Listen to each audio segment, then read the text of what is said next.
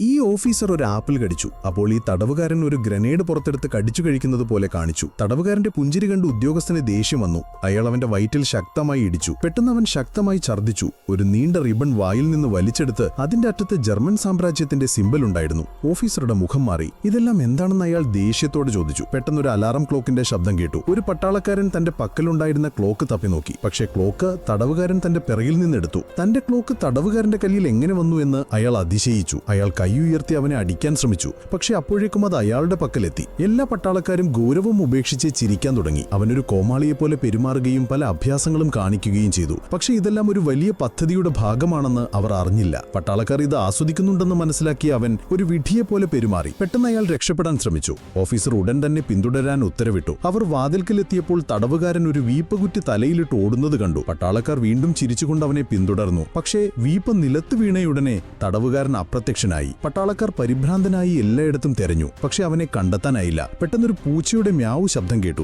അവർ തിരിഞ്ഞു നോക്കിയപ്പോൾ അത് തടവുകാരന്റെ മറ്റൊരു തന്ത്രമാണെന്ന് മനസ്സിലായി. എല്ലാവരും വീണ്ടും ചിരിച്ചു. തടവുകാരന്റെ മണ്ടത്തരങ്ങളെക്കുറിച്ച് സംസാരിച്ചു. പക്ഷേ ഓഫീസർക്ക് അസ്വസ്ഥത തോന്നി തുടങ്ങി. തടവുകാരന്റെ പ്രവൃത്തികൾ സാധാരണമല്ലെന്ന് അയാൾ മനസ്സിലാക്കി. അവനെ കീഴടങ്ങാൻ നിർബന്ധിക്കാൻ ഒരു പെൺകുട്ടിയെ ബന്ധിയാക്കി. പെൺകുട്ടിയുടെ അവസ്ഥ കണ്ട് തടവുകാരൻ വേഗത്തിൽ കീഴടങ്ങുന്നതായി നടിച്ചു. പക്ഷെ അടുത്ത നിമിഷം ഓഫീസർ ഞെട്ടിപ്പോയി. തടവുകാരൻ ആരും പ്രതീക്ഷിക്കാത്ത കാര്യം ചെയ്തു. അവൻ താഴേക്ക് ചാടി. എല്ലാ സൈനികരും അവനെ പിടിക്കാൻ മുന്നോട്ട് ചാടി. പക്ഷേ ബന്ധിയായ പെൺകുട്ടി അപ്രത്യക്ഷയായത് അവർ ശ്രദ്ധിച്ചു. സൈനികരോട് ജാഗ്രത പാലിക്കാൻ ഓഫീസർമാർ നിർദ്ദേശിച്ചു. പക്ഷെ വളരെ വൈകിയിരുന്നു. പെട്ടെന്ന് വെടിമഴ പെയ്തു. എല്ലാ ജർമ്മൻ പട്ടാളക്കാരെയും തീർത്തുകളഞ്ഞു. ഒരു സൈനികൻ മാത്രം രക്ഷപ്പെട്ടു. അയാൾ ആശ്വാസത്തിന്റെ ഒരു ദീർഘനിശ്വാസം എടുത്തു. പക്ഷെ മരിച്ചുവെന്ന് കരുതപ്പെട്ട തടവുകാരൻ പതുക്കെ എഴുന്നേറ്റ് നിന്ന് ശാന്തമായി കൈയുയർത്തി. അടുത്ത നിമിഷം